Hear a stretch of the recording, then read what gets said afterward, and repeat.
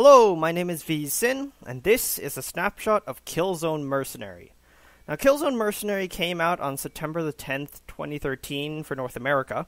It came out a week earlier for Europe, September the 3rd. And this is a game developed by Guerrilla Cambridge. Cambridge being England, which is why it came out in Europe first. Now, Killzone Mercenary is generally touted as, at least before its release, as, oh boy, it's going to be the first really good shooter for the PlayStation Vita. Well, though that's not really saying much, since the previous shooters were Call of Duty Declassified, which was a bona fide disaster, Resistance with Burning Skies, equally terrible, also made by the same people. Go figure. Apparently, Unit 13 was okay, but then there's Killzone Mercenary, and if you've seen other footage, you will at least know that, yes, the graphics are amazing. But how's the gameplay? Now, just from staring at this screen, what you're immediately going to notice is it says press touchscreen to continue. What you can't see, because you can't see my hands, is that you cannot push any buttons at this screen. So let me hit that. And I don't have a Valor card yet. Yay. So you get to this main menu. And again, the entire menu is touch-driven. None of the buttons work. None of them do anything. However, of course, the touch interface is actually good.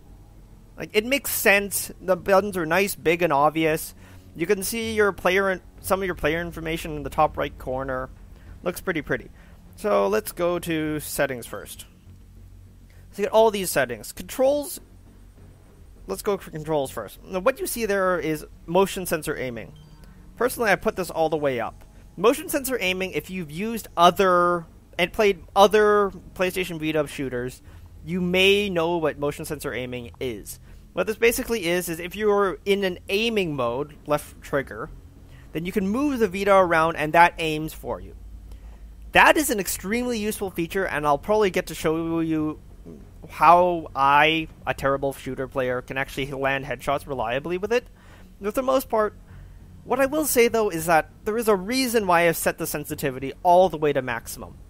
In fact, I've set the sensitivity up to really high for the analog stick as well, because it seems to me that the base sensitivity is rather low. And what I like about the motion sensor is that if maybe it's just I trust my hands, but I can move it a slight amount and it'll respond. What I will say about the motion sensor aiming though is that if you move it a very small amount, the sensor may not register the movement. I've noticed that a couple times. Analog stick setup. Again, I set the analog sensitivity to be above average. I didn't set it too high because I can't handle it. Standard invert axis. You can also swap the analog sticks. Probably nice for left-handed players. Control layout, it just shows you this image. Nothing special. Preferences. Aim down sights. Preferences. Grenade function. Basically, it means you can either arm grenade is you hold down the trigger and wait a few seconds, and then you can throw it and it explodes faster. Rear touchpad sprint, I believe, is swipe downwards and you sprint. I can't remember. I turned it off. Swap route sprint. I did that as well. Okay. Skip EULA. Visual preferences. Touch controls. Touch control just basically means all the buttons on the interface, whether or not you want them. Crosshair is whether or not you want the reticule when aiming down. Of note, though, is that it is disabled on the hardest difficulty by default. Radar. Honestly, I think the radar information, that's mostly whether or not you actually want to use it. Because I've actually found the radar really useful, unless it gets jammed. Events, notifications, objective round info, profile, pretty standard stuff. Miscellaneous. Subtitles. I'm turning subtitles on for this so that you guys can read this in case the audio sucks. Help info. Gore. Just in terms of performance, I have not noticed that turning down gore improves frame rate or anything. At least that's as far as I can tell. Let's see here. Yeah. For some reason, there's also a subtitles option here. All audio settings up. Okay, let's get out of here. Now, there are, on this menu, you can see new campaign, continue campaign, select contract. Continue campaign is basically here. Just put this up. You can see all these.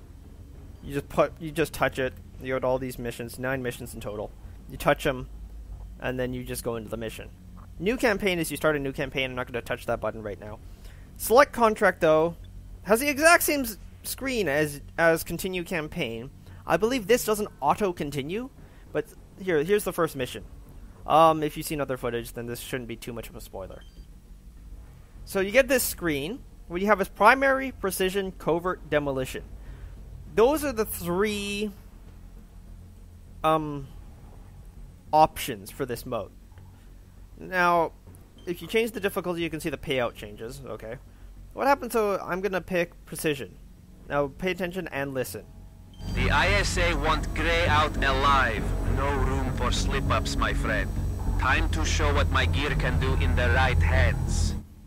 Now, that there was Blackjack. I'll go into him in more detail by going into the arms dealer in a second.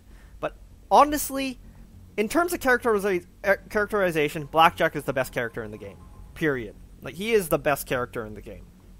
I'm just going to say that. Everyone else is pretty flat characters. I mean, their motivations are either glaringly obvious or you really should have seen them coming. Now, onto this screen here. What you'll see is that there are a few options here. Contract loadout requirements. You have to bring these weapons into the mission, as well as all those conditions that you have to do for the mission. And what you'll also notice, of course, is in the bottom right corner, the payout went up. And again, even if you select other stuff, I believe that the payout increase, let's double check this. Payout increase isn't flat, it's dependent on the mode. So I'm just going to talk over this guy now. What you'll notice though is that these all have different options. Blackjack will have his little quips about them. So this one you have to use gas and a silenced SMG. This one you just blow everything up with the Sky Fury. Also at the bottom, as soon as Blackjack shuts up, there we go. Intel.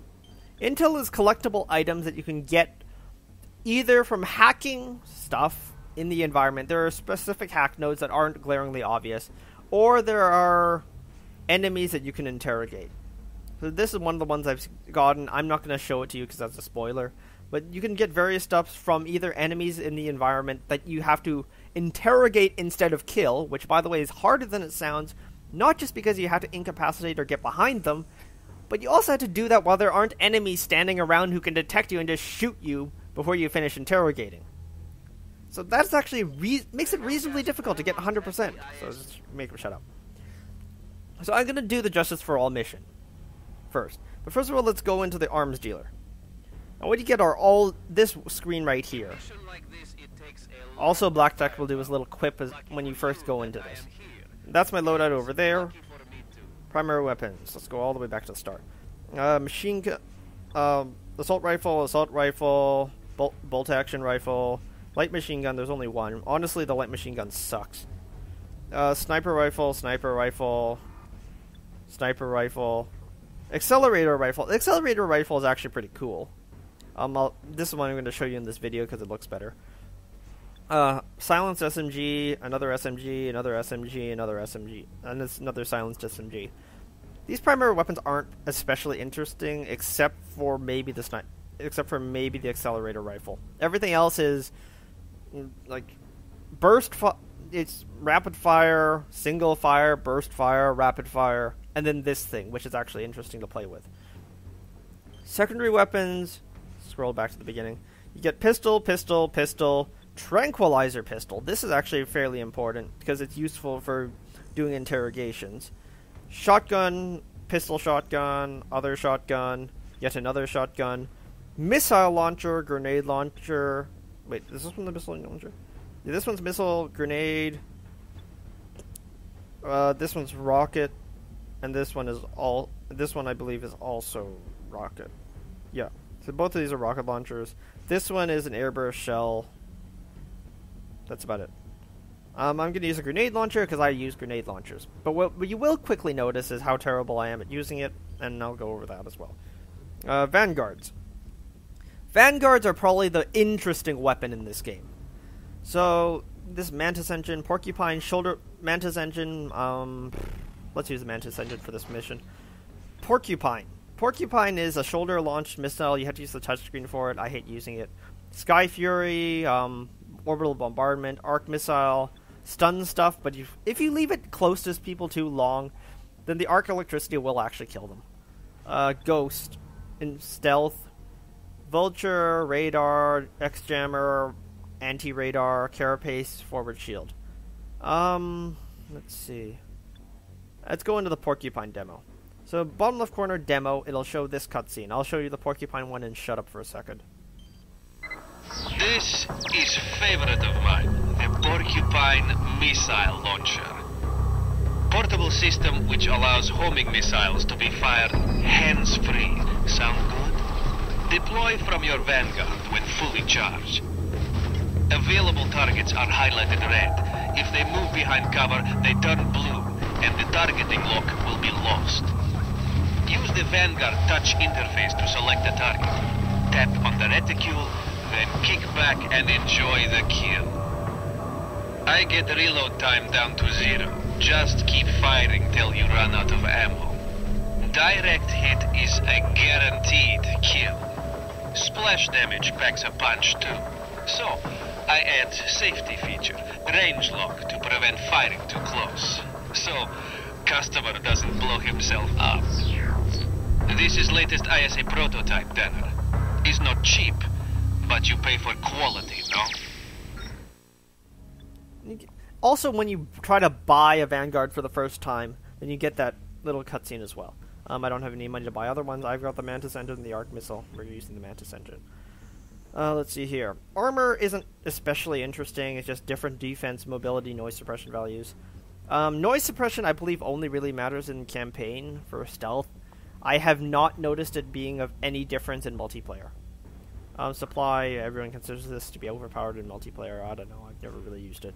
I'm going to use Mercenary because you get more money. Grenades. Frag grenade. This is basically a proximity mine. Flashbang. It temporarily stuns enemies. It does 0 damage.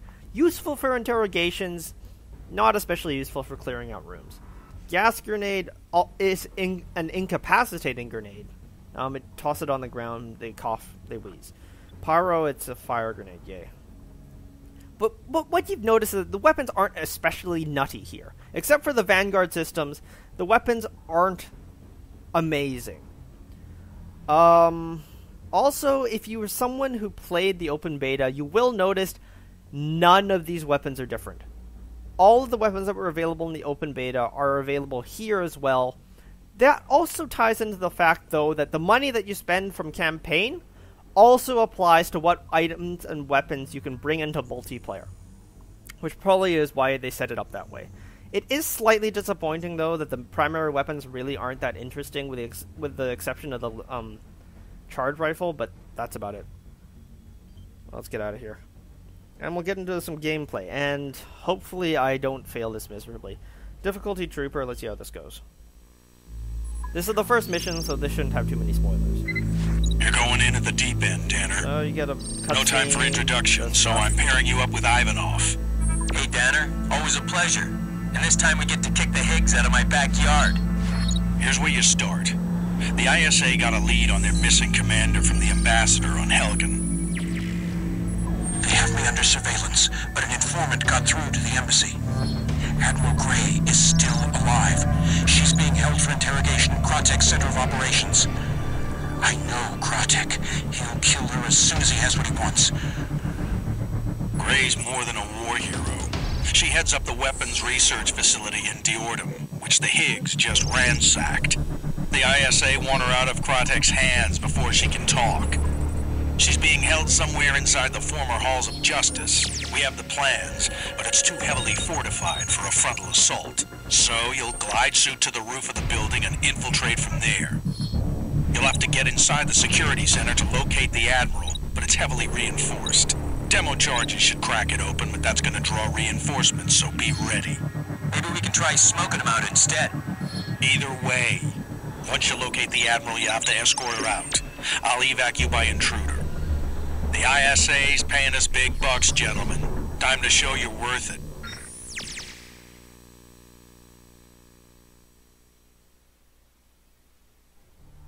Alright, so that's fairly standard. This is also the first mission, so a lot of this is actually going to be fairly tech demo-y stuff. We'll just show off graphics and all that nice stuff. You can see that it has pretty good light shafts. They actually make sense of like Call of Duty light shafts that don't come from the sun. What you may have noticed though is, first of all, this is actually running at native resolution.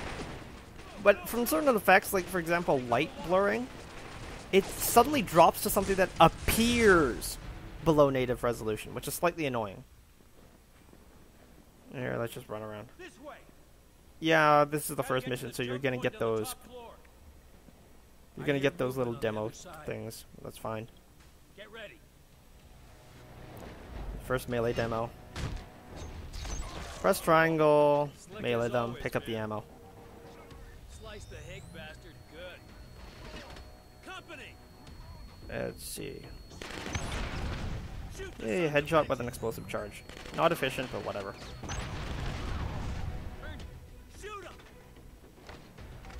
What the hell are they? Okay, screw it. Let's go Mantis. This is horribly inefficient and incredibly stupid, but whatever. Where the hell are they? I'm gonna lose the Mantis engine, aren't I? Oh, it's just one guy. Died.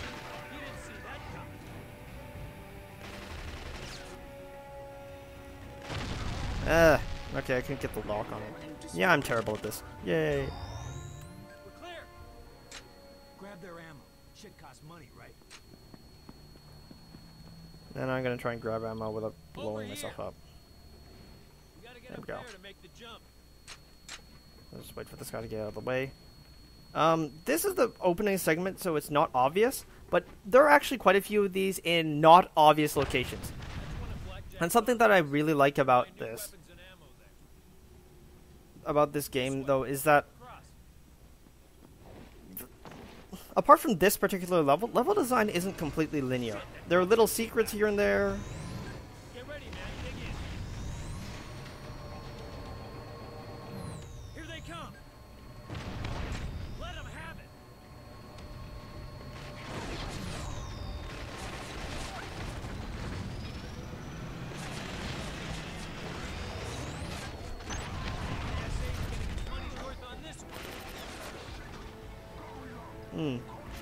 Yeah, that's something that happens a lot with the cover system, though.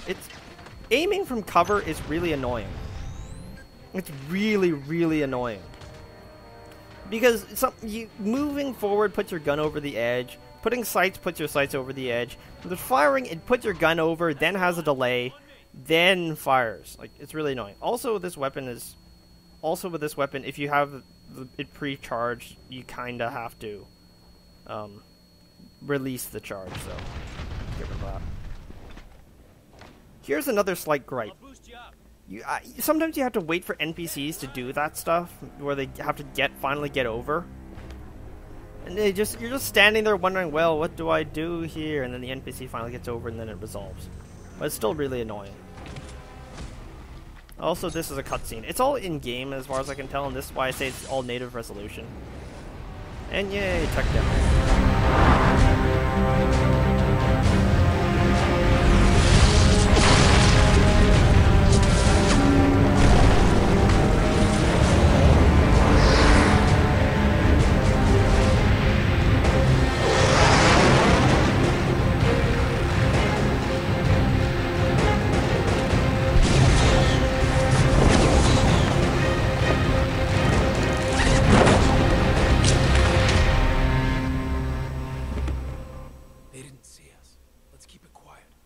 Scanners are now on.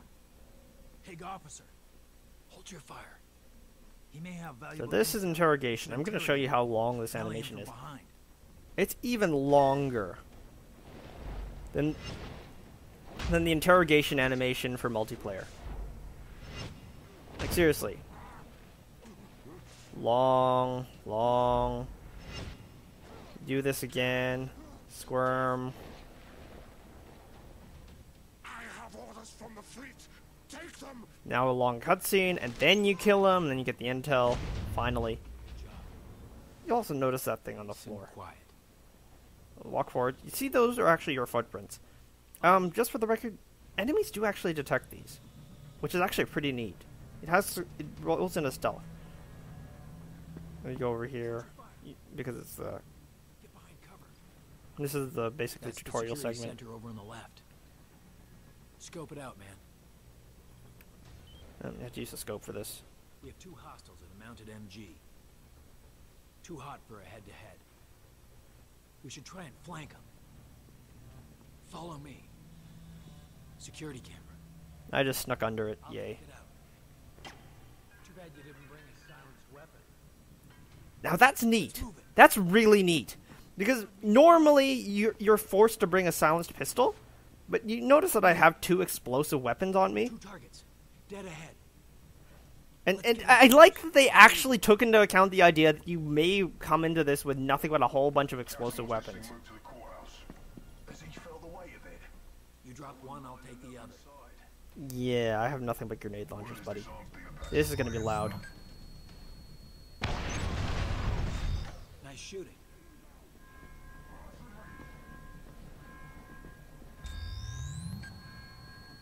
Where is he?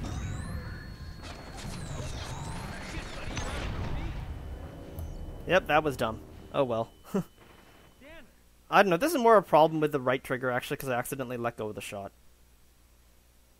It's just a right trigger issue on the Vita. Sometimes I can't hold it all the way down. So let's just not do that again. Let's not do that again. Wait up. 2 targets. Dead ahead. Let's get in close. I'll lead. Man, Nice shooting. yeah, this thing is loud as hell. Now let's get behind the gunner. Free this prisoner. Come on. Go. They got more of us down at the courthouse. My ally. Okay. Let's get in behind them.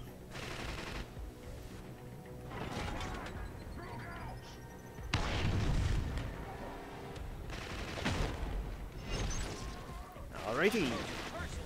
Again, this is why I like this. It's linear in the sense that you only have so many options, in the sense that you have to complete certain objectives in order to get through the campaign. But it's not linear in the sense that you are forced down a direct path. Also, you'll notice that, yeah, that kinda got stuck. You'll notice. Well, let's just do the dumb thing. And now I'm out of ammo with this weapon. Yay. Alright, we're just gonna demolish the security center doors. Overkill! Yay, security camera. Die, security camera. Get to the doors. I'll cover you. Here's another one of these QuickTime events. Place bomb. Put 2 thumbs on the screen. And then turn it. Which is pretty neat, but still. Also, just quickly, if you look at that thing that I'm trying to center on, see that vent? There's actually an option to open that vent and smoke out, just like it was mentioned earlier. Oh, first of all, let's just blow this thing. Going in loud triggered security. They'll send reinforcements. I triggered security. I'm going to quickly grab some ammo. Now, I'm going to do it this way, because I hate trying to defend from that spot. Let's get out of here. Find the admiral. You wanna leave? Shit, come on. Where is she?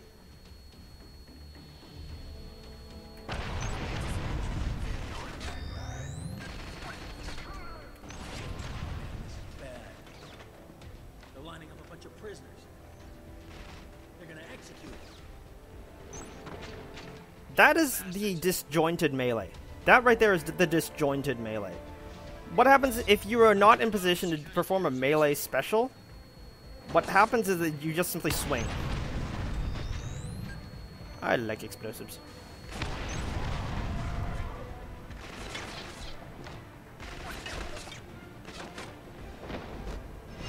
Also note that you are actually vulnerable the entire time you're performing this animation.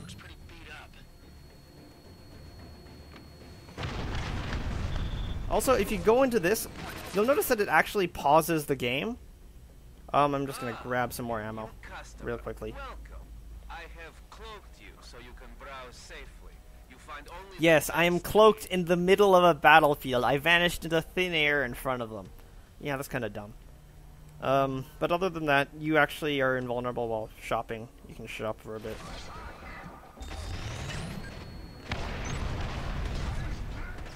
Yay for excessive firepower. Also excessively loud firepower, but whatever. Apparently on harder difficulties, you actually need to be stealthy. Oh, that's my friend. Oops.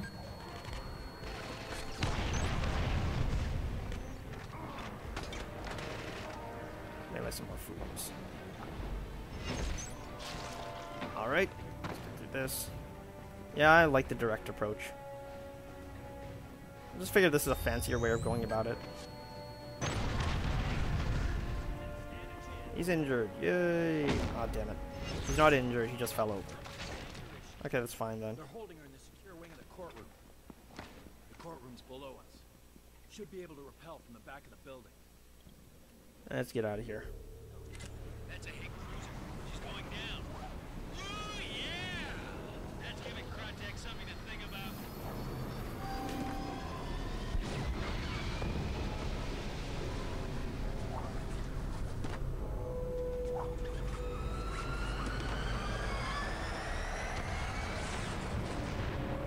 Oh yeah, apparently this is all in-game, although I can't tell for sure.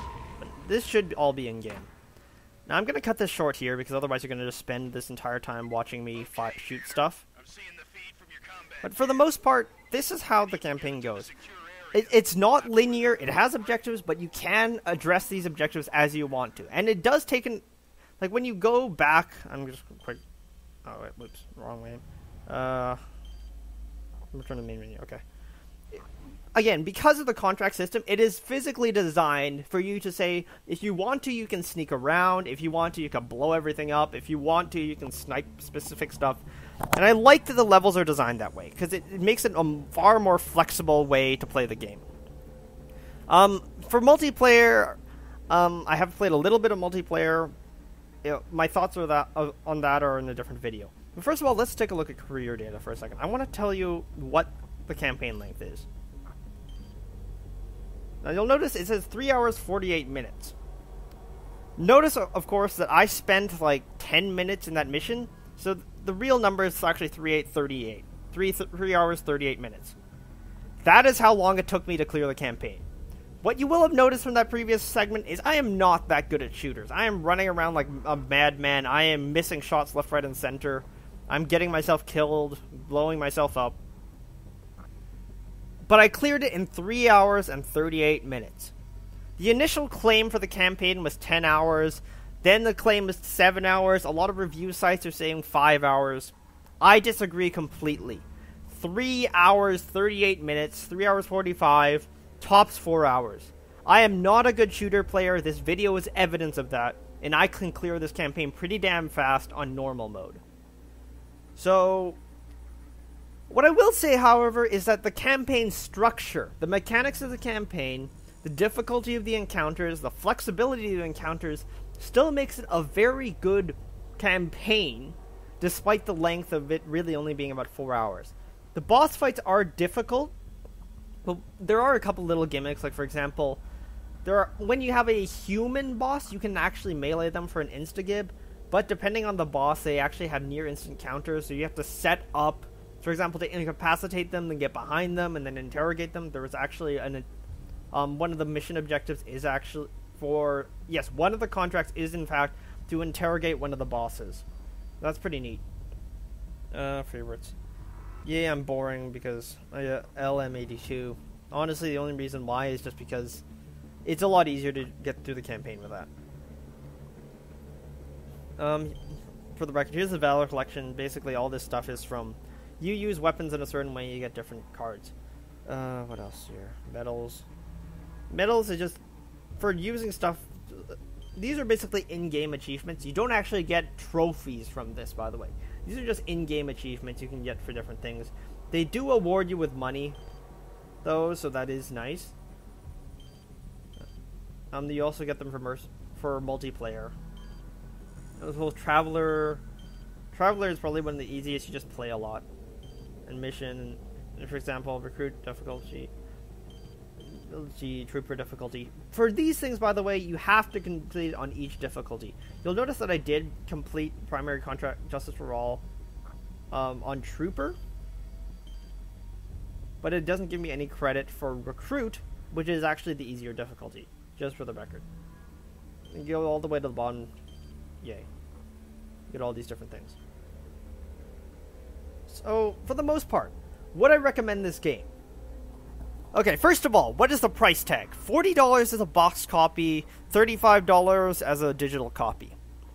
The campaign, I'm going to say that the campaign is 4 hours long. That is what I'm going to say the campaign is. Because again, I completed it, normal difficulty. I also did quite a few of the little side bits. I actually died repeatedly trying to get interrogations on specific enemies. And I still clocked under 4 hours. And again, I am not a good shooter player. So for the campaign alone, just the campaign, excluding contracts, the price tag is ambiguously not worth it. If you like contracts, then you can go ahead and buy it just for the single player. I believe the contracts should extend the replay value to around like 12 hours at least, 12 to 15, just based on difficulty and the fact that the objectives themselves are harder than just gun your way through it. Because again, if you go back to the contracts here for a second, let's go back to the first one. Let's go to precision. What you'll notice is you have to finish this in 20 minutes. You have to headshot a specific target, kill them, headshot enemies with this weapon, and rescue all the hostages. So you have to go throughout the entire level, find everybody, and land a bunch of headshots. You may not get this objective on the very first try, and you will have to redo. The difficulty of these extra contracts is definitely a lot higher than the primary mission, and you can crank the difficulty higher with a higher difficulty setting. So if you want the contracts, then the replay value for the single player goes up a lot higher. And in that case, it would be worth it. For the multiplayer, if you just want the multiplayer, I think, in general, considering all the other options that you have available to you, and the fact that there's enough hype behind Killzone Mercenary, the multiplayer will be worth it. If you only play the multiplayer, it will be worth it for the price tag. That's what I believe. I have another video on the multiplayer open beta. I've taken a look at the multiplayer in this version as well. So far, it seems to be the exact same thing as the open beta, so yeah. Yay, that's about it. You can go watch that other video if you're interested in my opinions on that. I'm gonna skip the day one DLC, the pre-order or first week digital DLC. That basically just gives you extra money, gives you extra EXP, and gives you a lump sum of money. Not that special. Honestly, you can just go through the campaign, grind up all your money there, then take it to the multiplayer, and that's about it. So you can get all the EXP and money you want. It just takes longer. Other than that, would I recommend this game? Final answer is single player only campaign and you drop it, probably not worth it. If you do it for anything other than the campaign, though, it's definitely worth it. The graphical quality is great. The gunplay seems to be pretty good. The guns are a little bit generic, but they are balanced around the idea that you're going to be taking all of them into multiplayer. Just a small gripe about explosive weapons, though, is that they can only be reloaded at Blackjack's little boxes. You cannot do it by looting corpses, looting the ammo, which is really annoying. Which is extra annoying because the only explosive weapon is that charge-up rifle that you can actually use ammo from, ammo pickups. You cannot reload the explosive weapons. It just pisses me off because I love my explosive weapons. Also, grenades are capped unless you reload them from the Blackjack stalls again. So, yeah, I'm going to say this for the third time. Would I recommend this? If you have a Vita, buy this game. Please, buy this game. It's really good. I wouldn't say it's the game of the year tier, but it is a really good game. If you're interested in a Vita and you like first-person shooters, this is an excellent title to take a look at. If you have no interest in shooters, I would still recommend this just because it's flexible with the way you play the shooter. Again, you can run through it like mad, you can sneak around and avoid combat. It's very flexible with its play style. That's why I can actually recommend this to more people than the shooter fans, because it's very flexible. For the price tag, for the most part, this is standard Vita AAA fare for the price tag. I would say I think it's okay to buy it right now. There isn't a particular issue with buying it at this price. And overall, I would say it's a good game. It's, again, not Game of the Year quality, but it is a good game that I can recommend to most people. I can recommend this to people who are interested in a Vita, because it is a solid game. I could still recommend it to people who are interested in a Vita and are not interested in first-person shooters because of the flexible gameplay, and I can definitely recommend it to people who are interested in shooters. I can also recommend it to completionists who like to complete all the things, not just achievements, because contracts force you, instead of allowing you, into a specific playstyle and specific requirements. That is also a great source of replay value for the single player, and that is what makes the single player cost effective. Not the single player campaign itself. The story is fairly ordinary. The characters are fairly ordinary, except for Blackjack, who I like. But the contracts really flesh out the single player options. So TLDR, buy this game no matter who you are, as long as you have the income for this. Don't bend over to pay for this game, but if you have the money to afford this game, and even if you don't have a Vita, but you do have the money to afford a Vita, and you think you're interested in this game, buy it. Please buy it. It's a very solid game, and I'm going to be playing this for a lot longer. I may do extra videos of this in the future, but please buy Killzone Mercenary. It is a very, very good game. My name has been V Sin. Thanks for watching.